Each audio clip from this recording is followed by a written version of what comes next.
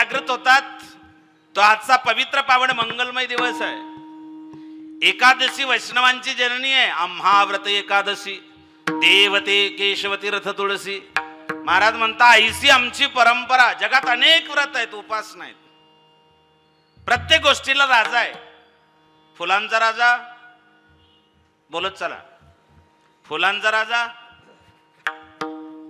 झेंडू, काय कमळ नाही, गुलाब, कमळ नाही गुलाब। फळांचा राजा आंबा, पक्ष्यांचा राजा, पशूंचा राजा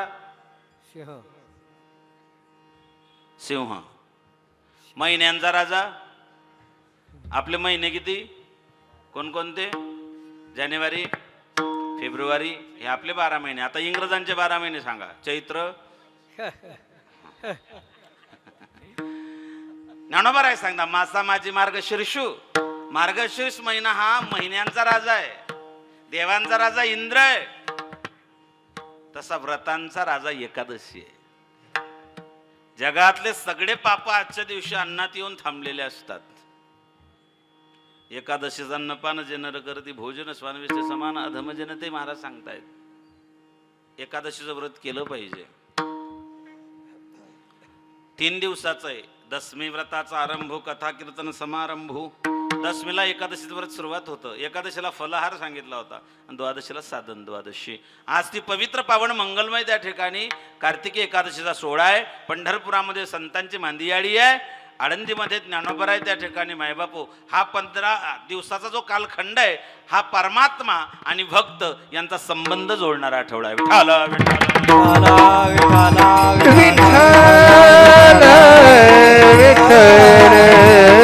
हरिने या दोघांच्या वाढदिवसाचं औचित्य साधून हरिनाम कीर्तन भगवत नाम चिंतन आपण करीत आहोत, करणार आहोत। ज्या देशात आपण जन्माला आलो त्या देशाचा गौरवशाली इतिहास आहे। जगाच्या पाठीवरती अनेक देश आहे, सगळे देश भोगभूमी आहे, भारत कर्मभूमी आहे। या देशात 3 भरत झाले, रामायणातले भरत, भागवतातले भरत, महाभारतातले भरत।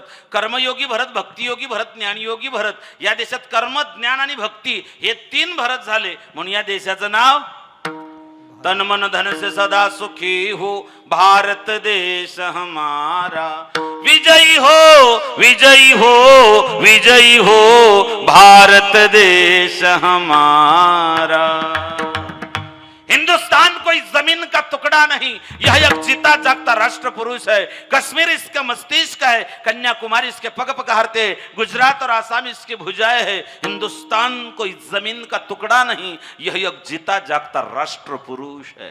पवित्र ते कुळ पावन तो देश, पवित्र ते कुळ पावन तो देश, पवित्र ते कुळ पावन तो देश, पवित्र ते कुळ पावन तो देश, पवित्र ते कुळ पावन तो देश, पवित्र ते कुळ पावन तो देश, पवित्र ते कुळ पावन तो देश, पवित्र ते कुळ पावन तो देश। जेथे हरीचे दास जन्म घेती, जेथे हरीचे दास जन्म घेती, कर्म धर्म त्याचा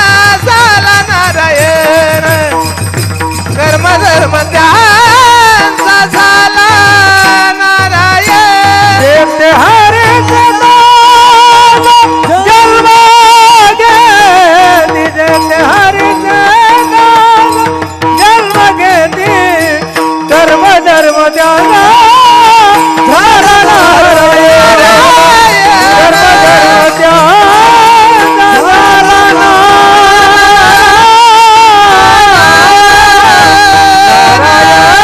पवित्र ते कुळ पावन तो देश, जेथे हरीचा दास जन्म घेती। ज्या देशात हरीचे दास जन्माला येतात, कहते अयोध्या बैराग्य भूमि, वृंदावन प्रेम भूमि, द्वारका कर्म भूमि और महाराष्ट्र संतों की भूमि है। डिस्कवरी ऑफ इंडिया ग्रंथात वर्णन येतं, जगात जेवढे संत झाले नाही तेवढे एकट्या महाराष्ट्रात झालेत. महाराष्ट्र ही संतांची भूमी आहे. आपण ज्या देशात जन्माला आलो त्याला माता म्हणतात. भारत माता. तुम्ही असं कधी ऐकलं का हो? अमेरिका माता, जपान चुलता? अजिबात नाही.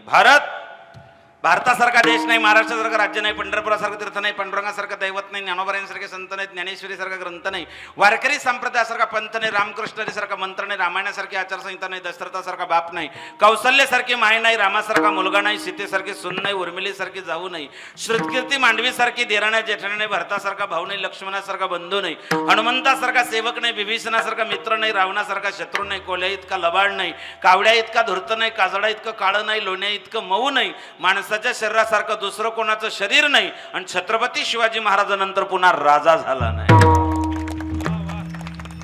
सुंदर असा नरदेव भगवंतानं तुमच्या माझ्या ताब्यात दिला. तो या देशात ऋषी मुनी जपी तपी संन्यासी बैरागी याच देशात, पती परमेश्वर याच देशात, पत्नी लक्ष्मीचं स्वरूप याच देशात, सासू सासऱ्यांचा आदर याच देशात, आल्या गेलेल्यांची कदर याच देशात, आणि डोक्यावर पदर. सासू सासऱ्यांचा आदर, आल्या गेलेल्यांची कदर जे घेते नेहमी डोक्यावर पदर, तिला म्हणता इंडियन मदर. सध्या आदर आहे, कदर आहे, पण पदर उडूनच गेला. आता नका घेऊ. मायबाप, Indian culture is the best culture. भारतीय संस्कृती जगातली सर्वोत्कृष्ट संस्कृती आहे. या जगात प्रारब्धवाद आहे, या देशात प्रारब्धवाद आहे, कर्मवाद आहे. भगवंतानं गीतेत उपदेश केला, कर्मण्येवाधिकारस्ते मा फलेषु कदाचन. कर्मयोगी हो. भगवान अर्जुनाला कर्मयोग शिकवतायत. तुम्ही जे करताय ते तुमचं क्रियामान कर्म, जे जमा झालं ते संचित कर्म, जे भोगताय ते प्रारब्ध कर्म. प्रारब्धाचे दोन प्रकार पडतात, मंद प्रारब्ध आणि तीव्र प्रारब्ध. काही लोकांचं प्रारब्ध तीव्र असतं. गणपती बसायच्या आधी एक 7-8 वर्षाचं पोरगं रात्यातून स्टार बनलं होतं. अख्ख्या महाराष्ट्रात गणपतीच्या पिरियड मध्ये त्या पोराचंच गाणं वाजलं.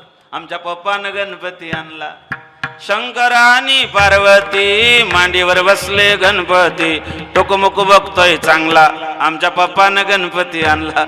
आमच्या शेजारचं कार्ट म्हणे माझ्या बापानं बोटानं हाणला. नालायक होत. हे प्रारब्ध आहे त्याचं. रात्रीतून स्टार हे त्याचं प्रारब्ध आहे. एक बाई रेल्वे स्टेशनवर भीक मागायची, गाणे म्हणायची, पोट भरायची. ती रात्रीतून स्टार झाली होती. ते रे रात्रीतून स्टार, याला प्रारब्ध म्हणतात.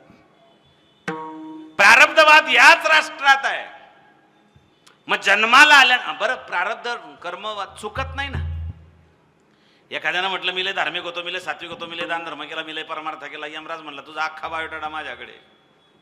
याने यमराजाला सांगितलं तुमचा काहीतरी गैरसमज होतो. यमराज म्हणला माझा गैरसमज होतो. म्हणले हो. यमराजाने चित्रगुप्ताला सांगितलं लाव रे तो व्हिडिओ.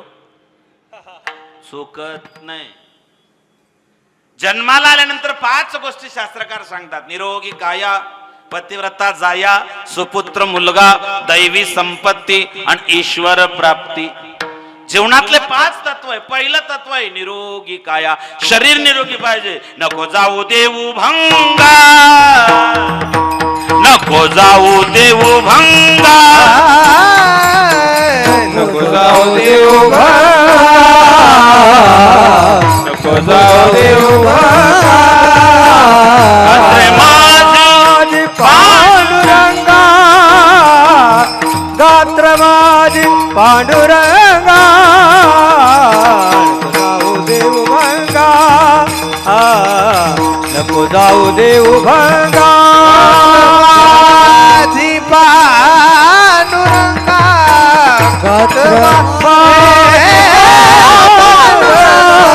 नको जाऊ देऊ भंगा,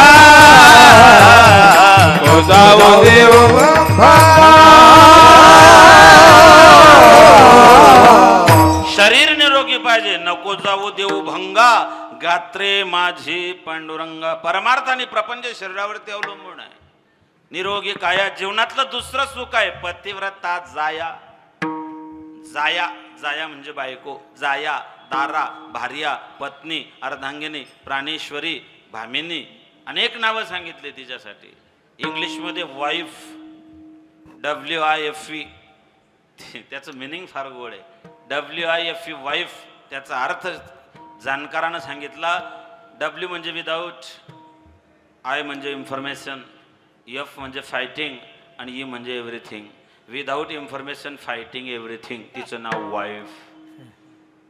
जिंदगी एक जंग है जब तक बीवी संग है.